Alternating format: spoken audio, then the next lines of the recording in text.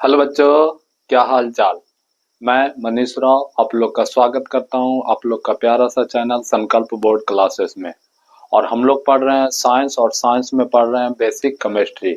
और basic chemistry में हम लोग क्या पढ़ रहे थे, तो कल तक हम लोग संयोजकता के बारे में जानकारी प्राप्त कर लिए थे। आप लोग का हम होमवर्क दिए थे कि आप लोग 1 से लेकर 20 तक सारा तत्वों का संयोजकता क्या चीज करके आइएगा, ज्ञात करके आइएगा। अब देखो 1 से लेकर 20 तक में इसमें और जो जो इम्पोर्टेंट संयोजकता जो आप लोग का क्लास 10 के केमिस्ट्री में यूज आने वाला है, वो हम यहाँ पे लिख दिए हैं।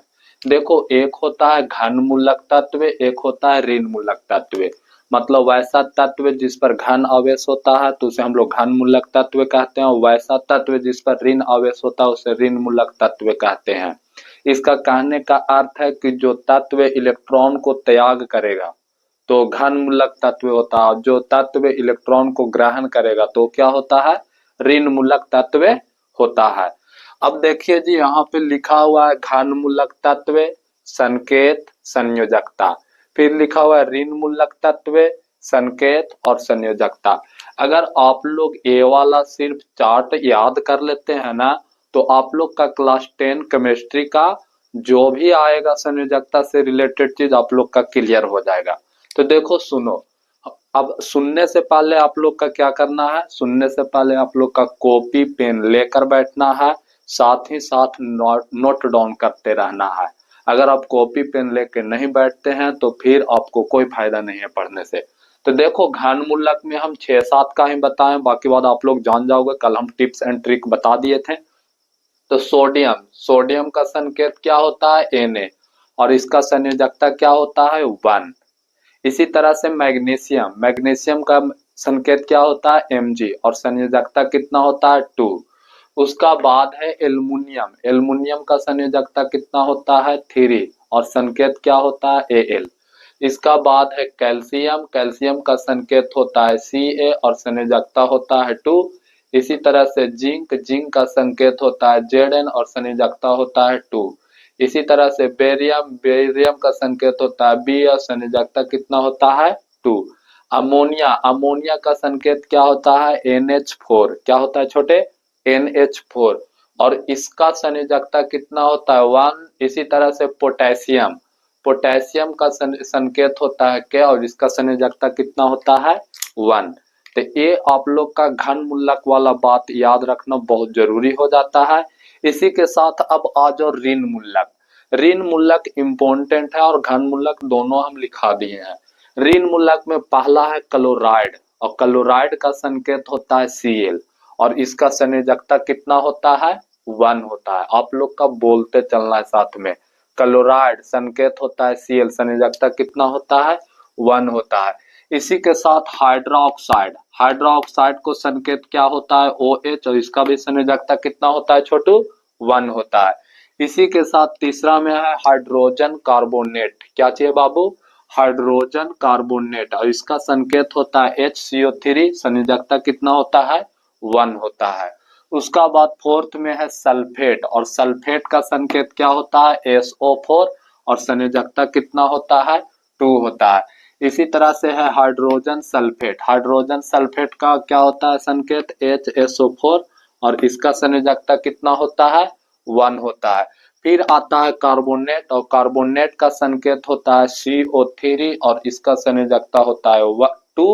और नाइट्रेट, नाइट्राइट का होता है NO2, और इसका संयोजकता होता है 1। नाइट्रेट का होता है NO3। आप लोग कंफ्यूज नहीं होइएगा, एक जगह नाइट्राइट होता है, क्या चीज होता है, नाइट्राइट, और नाइट्राइट का NO2 होता है, इसका संयोजकता 1 होता है।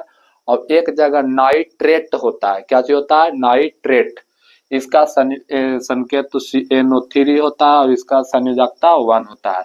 इसी तरह से एक और होता है क्लोरेट, और क्लोरेट का सूत्र होता है ClO3, इसका संयोजकता 1 होता है। फिर 10वां नंबर है सल्फाइड। क्या चाहिए छोटे, सल्फाइड, और सल्फाइड का संकेत होता है SO3, और संयोजकता कितना होता है, 2 होता है। ठीक, हम उम्मीद करते हैं कि आप लोग साथ साथ पीछे से बोले होंगे। अच्छा, इसको आप लोग घर पे कितना बार लिखना, इसको 2 बार लिखना और याद करना, आप लोग का क्या हो जाएगा, याद हो जाएगा। तो ये था संयोजकता के बारे में। अच्छा, एक दो पॉइंट और संयोजकता के बारे में जो हम आप लोग का कहाँ लिखा देते हैं, इस नीचे नोट पॉइंट में लिखा देते हैं। पहला पॉइंट आप लोग याद रखना ना कि किसी भी तत्व का अधिकतम जो संयोजकता हो सकता है ना, वो कितना हो सकता है, 4 हो सकता है। 4 से ज्यादा किसी भी तत्व का संयोजकता नहीं होगा। समझ रहे हो ना? जैसे हम लोग बोल सकते हैं सिलिकॉन, तो सिलिकॉन का 2 8 4 मतलब 14, तो 4, तो इसका 4 ही, बाकी बाद और किसी का 4 नहीं हो सकता। तो हम लोग लिख लो नोट पॉइंट में, नोट पॉइंट में लिख सकते हैं अधिकतम अधिकतम अधिकतम संयोजकता अधिकतम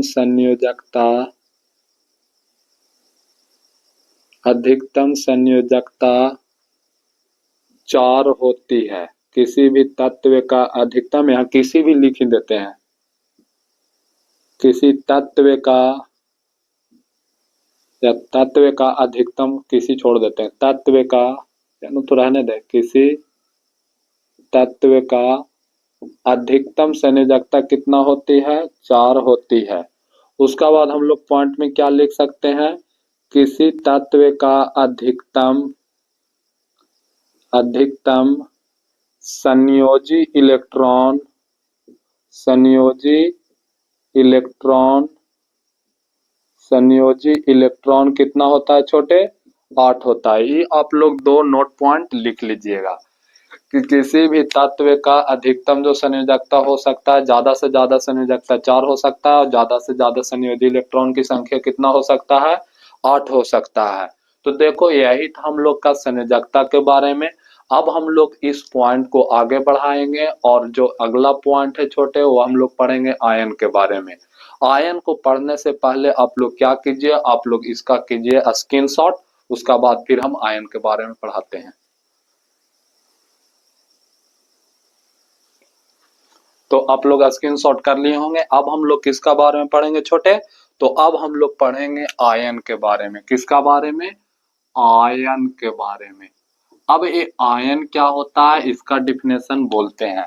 देखो, कोई तत्व होता है ना, अगर किसी तत्व का परमाणु इलेक्ट्रॉन को त्याग करता है तो उस तत्व पर घन आवेश होता है, और अगर किसी तत्व का परमाणु इलेक्ट्रॉन को ग्रहण करता है तो उस पर ऋण आवेश होता है। और परमाणु के इसी आवेश को हम लोग क्या कहते हैं, आयन कहते हैं। देखिएगा, समझिएगा, लिखते हैं, यदि किसी तत्व का परमाणु इलेक्ट्रॉन का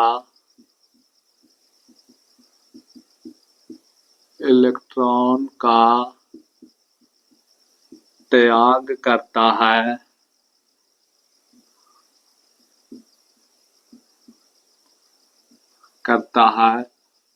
तो उस पर घन आवेश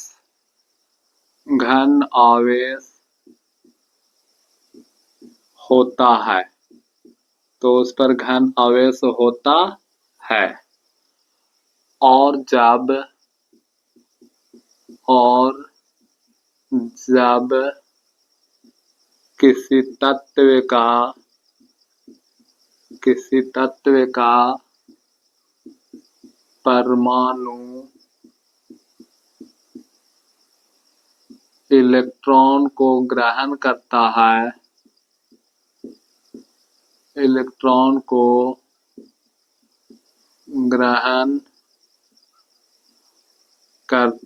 है तो उस पर ऋण आवेश होता है। तो परमाणु के इसी आवेश को किसी आवेश को आयन कहते हैं, आयन कहते हैं। परमाणु के इसी आवेश को आयन कहते हैं और आयन का अंग्रेजी नाम आयन ही होता है। देखो छोटे, अब इसका एग्जाम्पल हम आप लोग के दिखाते हैं। जैसे मान लो ना छोटे कि ये सोडियम है। क्या चीज है? सोडियम। कल हम आप लोग के बोले थे ना कि हम लोग का आधुनिक आवर्त सारणी में जितना सारा तत्व है सबका एक ही लक्ष्य है। क्या लक्ष्य है? तो लक्ष्य है अपना बाहरी कक्षा में इलेक्ट्रॉनों की संख्या को 8 कर लेने का। 8 कहने का मतलब है कि वह स्टेबिलिटी अस्थाई होना चाहता है। ठीक, अगर हम सोडियम का देखें तो इसका परमाणु संख्या 11 होता है। अगर इसका इलेक्ट्रॉनिक विन्यास करें तो 2, 8 और कितना होता है? 1 होता है। कितना छोटे? 2, 8, 1 होता है। ठीक है, तो देखो ये हम क्या चीज बोले, ये एक प्रकार का क्या चीज है? ये एक प्रकार का उदासीन परमाणु है। क्या चीज है छोटे? उदासीन परमाणु है। ठीक, अब ध्यान दीजिएगा कि अब क्या होता है ना कि सोडियम जो है ना एक इलेक्ट्रॉन को त्याग करता है। एक इलेक्ट्रॉन को क्यों त्याग करता है? एक इलेक्ट्रॉन को त्याग इसलिए करता है ताकि वह स्टेबल हो सके। अब ध्यान देना, तो बताओ एक इलेक्ट्रॉन को त्याग किया इसलिए इस पे कितना चार्ज आया? घन आयन आया, प्लस चार्ज आया। इसी तरह से एक और एग्जांपल आप लोग के दिखाते हैं, क्लोरीन। क्लोरीन का 17 होता है। अगर इसका शॉर्ट में इलेक्ट्रॉनिक विन्यास किया जाए तो 2, 8, 7 होता है। अब देखो क्लोरीन के बाहरी कक्षा में इलेक्ट्रॉनों की संख्या कितना है? 7 है। अब इस 7 का करेगा ना कि किसी और तत्व के साथ संयोग करके एक इलेक्ट्रॉन ले लेगा और अपना बाहरी कक्षा में इलेक्ट्रॉन की संख्या कितना कर लेगा? 8 कर लेगा। तो बताओ कितना इलेक्ट्रॉन लिया? 1 इलेक्ट्रॉन लिया। और जब 1 इलेक्ट्रॉन लेगा तो क्लोरीन पर कितना माइनस चार्ज आएगा? 1 माइनस चार्ज आएगा। तो हम लोग इसको अगर 8 पुराने के लिए हम लोग इस Cl-1 हुआ और इसको कितना होगा छोटे? 2, 8, 8। ये बात आप लोग का समझ में आया? तो यही है क्या चीज छोटे? आयन। ठीक, इलेक्ट्रॉन को त्याग जो कर रहा था, जो इलेक्ट्रॉन किसी को दे रहा था तो उस पर प्लस चार्ज था, और जो इलेक्ट्रॉन किसी से परमाणु को इलेक्ट्रॉन को जो किसी तत्व को ले रहा है, जो कोई तत्व परमाणु इलेक्ट्रॉन को ले रहा है तो उस पर कौन चार्ज है? माइनस चार्ज है। तो यही था घन आयन और घन आयन और ऋण आयन, मतलब आयन। ठीक, अब ये दोनों का एग्जाम्पल देखने के बाद हम लोग का नहीं पता चलता है कि घन आयन कितना प्रकार के? 2 प्रकार के। घन आयन सॉरी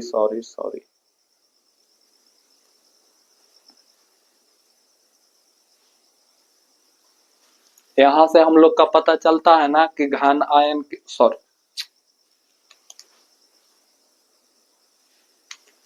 यहां से हम लोग का पता चलता है कि आयन क्या होता है कि इलेक्ट्रॉन को त्याग करेगा तो घन आयन बना लेगा, और इलेक्ट्रॉन को क्या चीज करेगा? ग्रहण करेगा तो उस पर ऋण आयन बन जाएगा। तो इसी आधार पर हम लोग क्या करते हैं ना छोटे, आयन को 2 भाग में बांट देते हैं। एक होता है घन आयन और एक होता है ऋण आयन। तो हम लोग लिख सकते हैं, क्या चीज लिख सकते हैं? हम लोग लिख सकते हैं ना कि आयन 2 प्रकार के होते हैं। आयन 2 प्रकार के होते हैं। पहला में क्या चीज है छोटे? तो पहला में है घनायन, धनायन, घन आयन, या इसी को अंग्रेजी में बोलते हैं केटायन। और दूसरा में है क्या चीज छोटे? दूसरा में है ऋण आयन, ऋण आयन। और ऋण आयन को अंग्रेजी में बोलते हैं एन आयन। क्या चीज बोलते हैं छोटे? Anion. अब देखो इसका डिफिनेशन अभी हम बताए ना कि जो तत्व का परमाणु इलेक्ट्रॉन को त्याग करेगा तो वो क्या कहलाएगा? घन आयन कहलाएगा। और जो इलेक्ट्रॉन को ग्रहण करेगा वो ऋण आयन। तो हम लिख सकते हैं इसका डिफिनेशन, वैसा तत्व का परमाणु, वैसा तत्व का परमाणु जो इलेक्ट्रॉन को त्याग करता है तो उसे हम लोग क्या कहते हैं, घन आयन कहते हैं। इसका एग्जाम्पल हम लोग क्या लिख सकते हैं, सोडियम प्लस, मैग्नीशियम प्लस 2, हम लोग लिख सकते हैं कैल्शियम प्लस 2 और इत्यादि etc। ठीक, इसका डिफिनेशन हम लोग ऐसे भी बोल सकते हैं कि वैसा आयन जिस पर घन आवेश होता है तो उसे हम लोग क्या कहते हैं, घन आयन कहते हैं। और इसका डिफिनेशन हम लोग इस फॉर्म में भी लिख सकते हैं। ठीक है, तो दोनों डिफिनेशन गलत नहीं होगा। लो, इसका पहला डिफिनेशन इस फॉर्म में लिख दिया। अब ऋण आयन का डिफिनेशन दूसरा फॉर्म में लिख देते हैं। ठीक, इस तरह से आप लोग कंपेयर कर लीजिएगा दोनों का डिफिनेशन। अच्छा, ऋण आयन किसे कहते हैं, तो इसका डिफिनेशन पहला क्या देख सकते हैं कि वैसा तत्व का परमाणु जो इलेक्ट्रॉन को ग्रहण करता है तो क्या कहलाएगा, ऋण आयन कहलाएगा। अगर दूसरा डिफिनेशन देना चाहते हैं तो हम लोग क्या लिख सकते हैं कि वैसा आयन जिस पर ऋण आवेश होता है, वैसा आयन जिस पर ऋण आवेश होता है, ऋण आवेश होता है तो उसे हम लोग काची बोलेंगे छोटे, ऋण आयन या एन आयन बोलेंगे। इसका एग्जाम्पल क्या होगा, तो इसका एग्जाम्पल होगा बाबू क्लोरीन माइनस। उसका बाद हम लोग और क्या लिख सकते हैं, क्लोरीन माइनस हो गया। उसका बाद हम लोग लिख सकते हैं फिर OH माइनस। उसका बाद लिख सकते हैं COO3 माइनस etc। ठीक, तो ये हो गया हम लोग का घन आयन और ऋण आयन के बारे में। अगर आप लोग का घन आयन और ऋण आयन के बारे में जानकारी प्राप्त हो गया तो अब हम लोग क्या पढ़ेंगे छोटे, तो घन आयन और ऋण आयन के बाद हम लोग का एक अंतर पढ़ना होगा। और उस अंतर को हम लोग बोल सकते हैं ना कि सोडियम आयन और सोडियम परमाणु में अंतर स्पष्ट करें। आप लोग का 2 नंबर का क्वेश्चन बन सकता है। क्या चीज बनेगा कि सोडियम आयन और सोडियम परमाणु में अंतर स्पष्ट करें। देखो, हम एक तरफ लिखते हैं सोडियम आयन, सोडियम परमाणु, एक तरफ हम लिख रहे हैं सोडियम परमाणु, और एक तरफ, अच्छा, सोडियम परमाणु को हम लोग इस तरह से लिखते हैं Na। ठीक, और एक तरफ हम लिखते हैं सोडियम आयन, सोडियम आयन, और इसको हम लोग लिखेंगे Na प्लस। ठीक, कहा कि आयन सोडियम पर प्लस चार्ज होता है इसलिए। अब देखो छोटे, अब यहाँ से हम लोग अगर विभेद बताएंगे, अंतर बताएंगे, तो हम लोग पहला अंतर क्या लिखेंगे, पहला हम लोग अंतर यही न लिखेंगे कि सोडियम परमाणु पर कोई चार्ज नहीं है, कोई आवेश नहीं है, इसका मतलब सोडियम परमाणु है जो उदासीन है। तो हाँ सर, ये बात लिखेंगे। लेकिन देखिए तो सोडियम आयन पर कौन चार्ज है, प्लस चार्ज है, तो इसका मतलब हम लोग बोलेंगे कि सोडियम आयन घन आवेशित होता है। लिख सकते हैं कि नहीं, तो हाँ लिख सकते हैं। तो पहला में क्या चीज लिखिएगा, यह बोले तो सोडियम परमाणु क्या होता है, उदासीन होता है। क्या चीज होता है छोटे, उदासीन होता है। लेकिन यह क्या होता है, यह बोले तो सोडियम आयन, यह घन आवेशित होता है, आवेशित होता है। एक का कहानी क्लियर। चलो अब बी का कहानी सुनना है, इसका दूसरा जैसे में सुनना। बताओ छोटे, सोडियम में बाहरी कक्षा में इलेक्ट्रॉनों की संख्या कितना है सोडियम परमाणु में, तो भैया 1 है। लेकिन सोडियम आयन में बाहरी कक्षा में इलेक्ट्रॉनों की संख्या कितना है, 8 है। तो हम लोग इसका लिख सकते हैं कि ना, क्या लिख सकते हैं छोटे, हम लोग लिख सकते हैं ना कि इसमें, या इसका लिख सकते हैं, इसका बाहरी कक्षा में एक इलेक्ट्रॉन होता है। और इसमें क्या लिख सकते हैं, इसका बाहरी कक्षा में 8 इलेक्ट्रॉन होता है। यहाँ तक आप लोग का बात समझ में आया कि इसका बाहरी कक्षा में 1 इलेक्ट्रॉन और इसका बाहरी कक्षा में कितना इलेक्ट्रॉन, 8 इलेक्ट्रॉन होता है। अब बताओ छोटे, अगर हम लोग बोल सकते हैं इसको, अगर इस फॉर्म में लिखे सोडियम को, तो यहाँ पर क्या चीज हो गया, ए हो गया प्रोटॉन और ए हो गया न्यूट्रॉन जो नाभिक में होता है। उसका बाद इसका बाहर वाला इलेक्ट्रॉन में, बाहर वाला ऑर्बिट में कितना इलेक्ट्रॉन होगा, 2 इलेक्ट्रॉन होगा। फिर इसका ऊपर में बाहर वाला इलेक्ट्रॉन होगा, इसमें कितना होगा, तो इसमें इस तरह से 8 इलेक्ट्रॉन होगा। उसका बाद इसका बाहर वाला में कितना इलेक्ट्रॉन होगा, तो 1 इलेक्ट्रॉन होगा। ये किसका लिए बताया जा रहा है, तो ये बताया जा रहा है सोडियम परमाणु के लिए। अब सोडियम आयन के लिए क्या होगा, ए मान लो प्रोटॉन और न्यूट्रॉन नाभिक में है, उसका बाहरी कक्षा में 2 इलेक्ट्रॉन होगा और उसका बाद कितना होगा, 8 इलेक्ट्रॉन होगा। यहाँ तक तो फाइनल हो गया ना।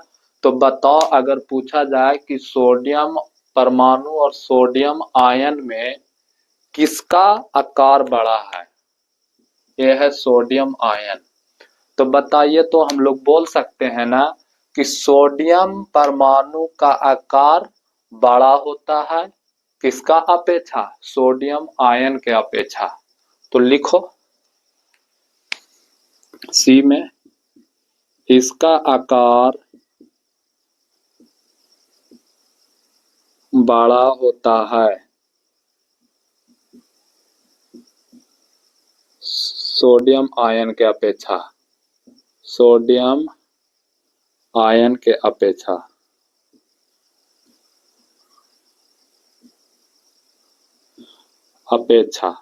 तो बताइए हम लोग क्या लिख सकते हैं कि इसका आकार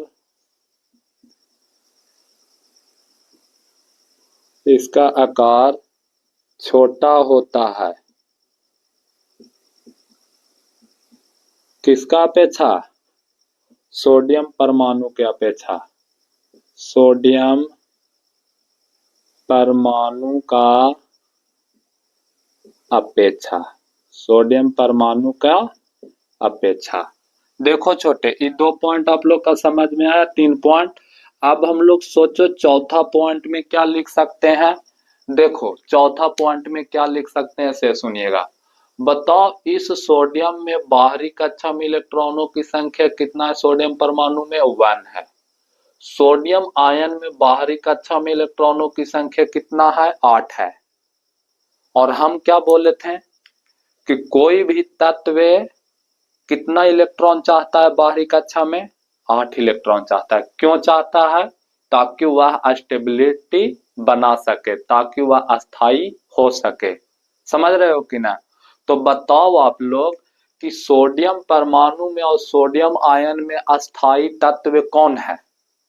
तुम लोग बोलोगे कि सर सोडियम परमाणु में और सोडियम आयन में अस्थाई तत्व कौन है, सोडियम आयन है, क्योंकि इसका बाहरी कक्षा में कितना इलेक्ट्रॉनों की संख्या है, 8 है। लेकिन सोडियम परमाणु में बाहरी कक्षा में इलेक्ट्रॉनों की संख्या कितना है, 1 है।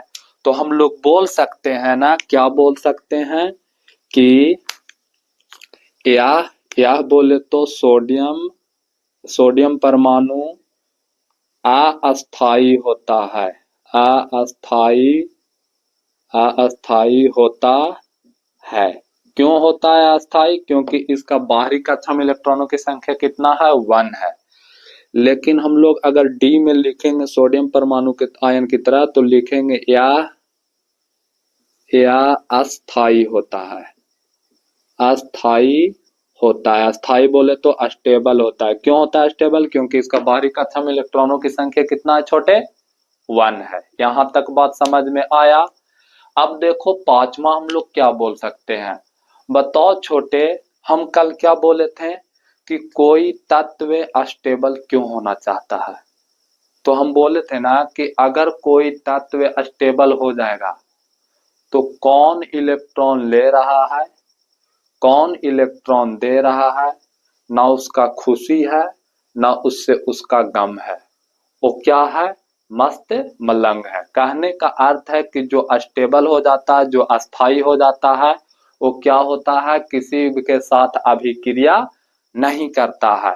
तो बताओ सोडियम परमाणु स्टेबल है या सोडियम आयन स्टेबल है? तुम लोग बोलोगे सोडियम आयन स्टेबल है। तो बताओ अभिक्रिया कौन नहीं करेगा, सोडियम परमाणु नहीं करेगा कि सोडियम आयन नहीं करेगा? तुम लोग बोलोगे सोडियम परमाणु अभिक्रिया करेगा लेकिन सोडियम आयन अभिक्रिया नहीं करेगा। तो हम लोग लिख सकते हैं क्या ई नंबर में कि यह रासायनिक अभिक्रिया में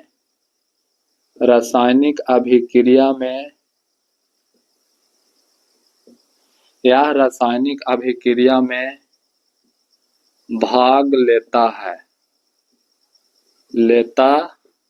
है लेकिन सोडियम आयन, छोटे इसको नंबरिंग कर देते हैं ए बी सी डी। अब हम लोग का ई में क्या बोलेंगे, यह रासायनिक अभिक्रिया में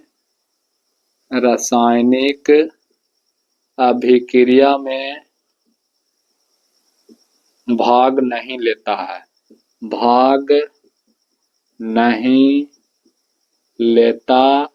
है।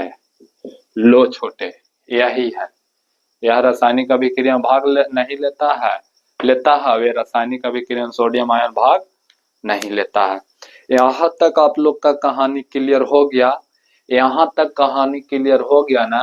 तो आप लोग इसको स्क्रीनशॉट करो या पॉज करके नोट्स करो, उसका बाद हम आगे कार्यक्रम बढ़ाते हैं। और इसमें हम लोग आगे पढ़ेंगे निष्क्रिय तत्व या अक्रिय तत्व, उसका बाद यौगिक पढ़ेंगे, उसका बाद ये चैप्टर क्या हो जाएगा, खत्म हो जाएगा। तो आप लोग सबसे पहले स्क्रीनशॉट करो।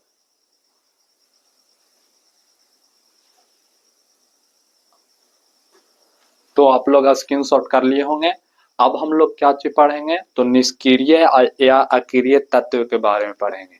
अब यहाँ से क्वेश्चन उठता है ना कि बताइए निष्क्रिय या अक्रिय तत्व किसे कहते हैं? क्या चीज क्वेश्चन उठेगा कि अक्रिय या निष्क्रिय तत्व क्या है? तो देखो, वैसा तत्व जो प्राकृतिक में मुक्त अवस्था में पाया जाता है, स्वतंत्र अवस्था में पाया जाता है, तो उसे हम लोग क्या कहेंगे, निष्क्रिय या अक्रिय तत्व। तो हम लोग लिखेंगे वैसा तत्व जो प्रकृति में मुक्त अवस्था में पाया जाता है, मुक्त अवस्था में पाया जाता है, तो उसे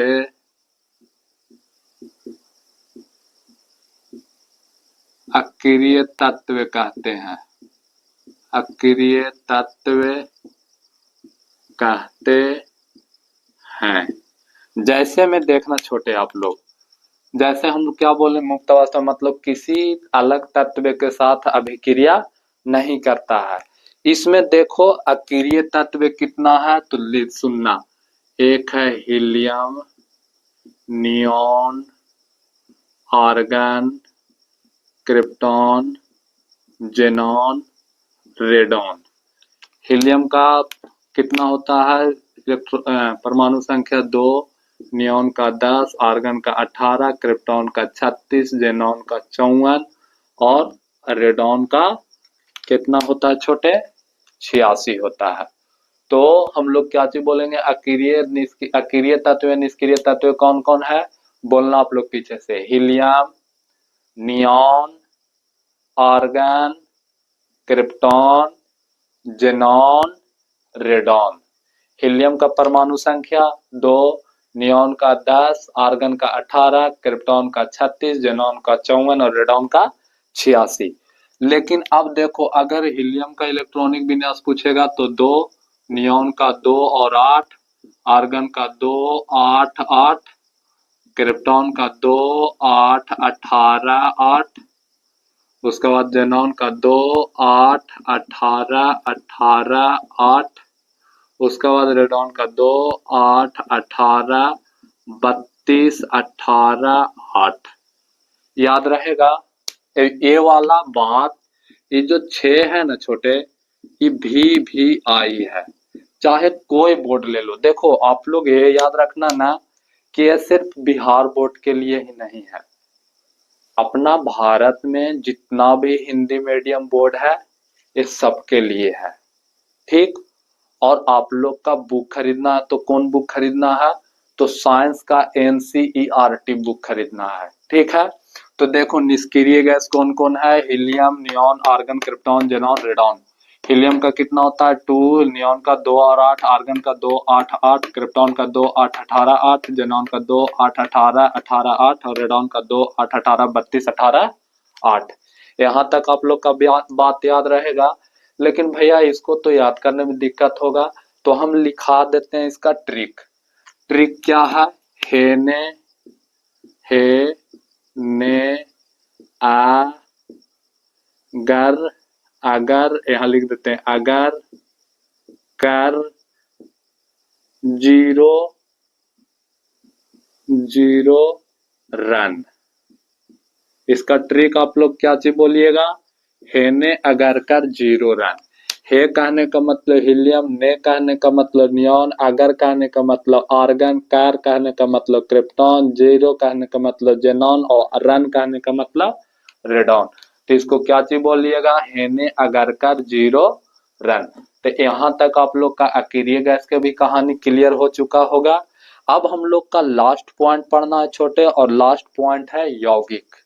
यौगिक किसे कहते हैं, तो जब दो या दो से अधिक तत्वों को एक निश्चित अनुपात में मिलाकर अभिक्रिया कराया जाता है तो इसका फलस्वरूप बने पदार्थ को क्या कहते हैं, यौगिक कहते हैं।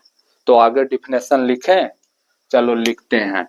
हम क्या चीज बोले छोटे, यौगिक, यौगिक। और यौगिक का अंग्रेजी नाम क्या चीज होता है बाबू, तो यौगिक का अंग्रेजी नाम होता है कंपाउंड। क्या चीज होता है छोटे, कंपाउंड। अच्छा यौगिक किसे कहते हैं, तो हम बोले जब दो या दो से अधिक तत्वों को एक निश्चित अनुपात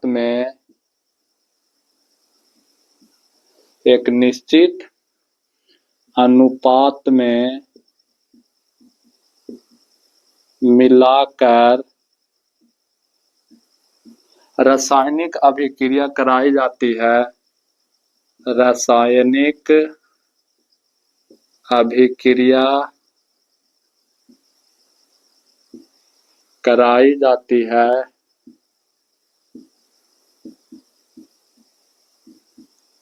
तो इसके फलस्वरूप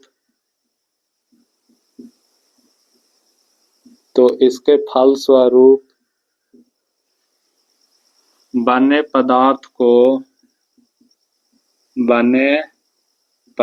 को क्या चीज कहते हैं छोटे, बने पदार्थ को यौगिक कहते हैं, यौगिक कहते हैं।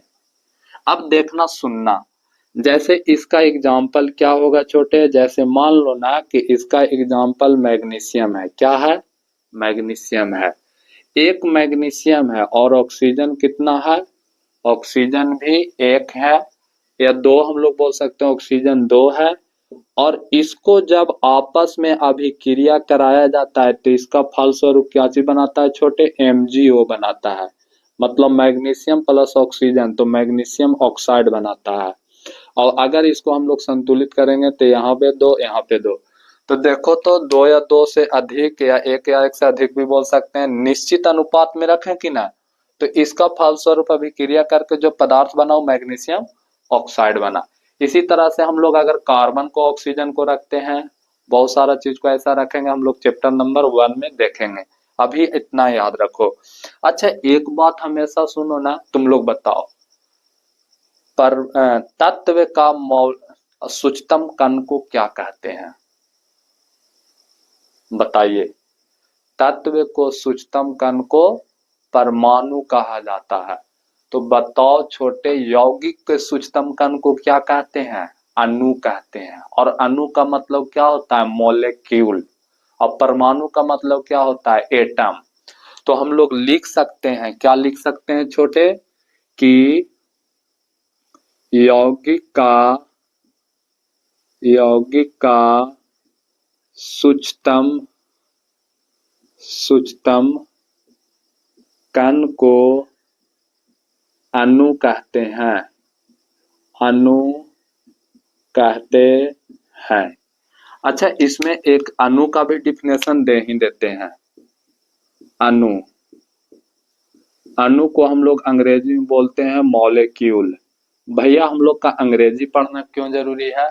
अंग्रेजी पढ़ना इसलिए जरूरी है छोटे कि अगर आप 10 में इस हिंदी बात को अंग्रेजी बात नहीं जानिएगा तो 11-12 दिक्कत होगा।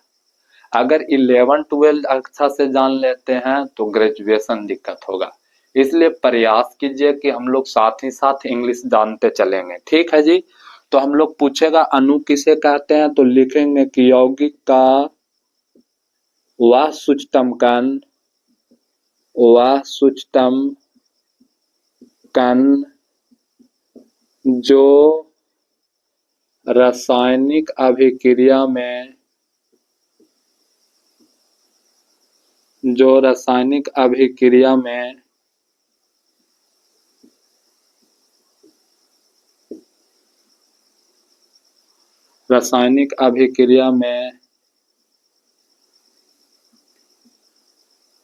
भाग नहीं लेता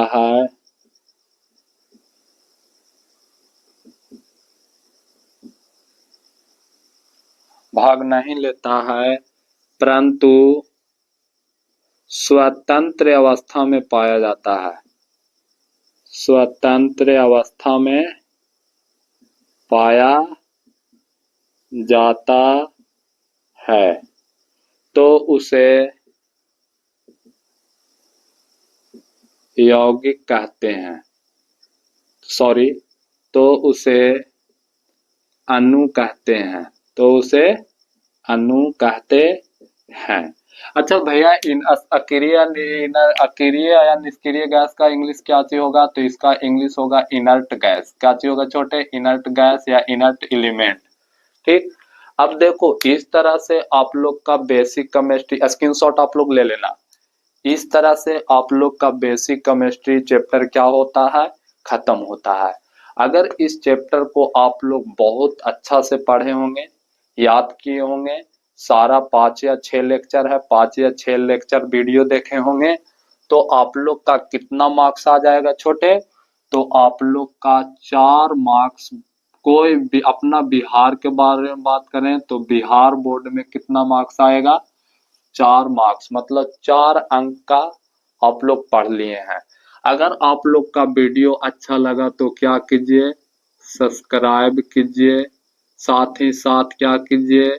शेयर कीजिए, ताकि सब कोई आप लोग का क्लासमेट, आप लोग का छोटा भाई बहन अच्छा से अच्छा क्वालिटी एजुकेशन पढ़ सके। ठीक है जी। तो आज के लिए इतना ही। हम लोग फिर नेक्स्ट क्लास में आएंगे और हम लोग चैप्टर 1 स्टार्ट करेंगे, और चैप्टर 1 था रासायनिक अभिक्रिया एवं समीकरण। ठीक है। उससे पहले हम बोलना चाहते हैं ना कि आप लोग इसका प्रॉपर नोट्स बना लेना। साथ ही साथ इसका प्रॉपर नोट्स बनाकर आप लोग एनसीईआरटी बुक खरीदो, और इस सारा बेसिक केमिस्ट्री को आप लोग का याद करना ही होगा अगर केमिस्ट्री अच्छा करना चाहते हैं तो। ठीक है, आज के लिए इतना ही। Thank you so much.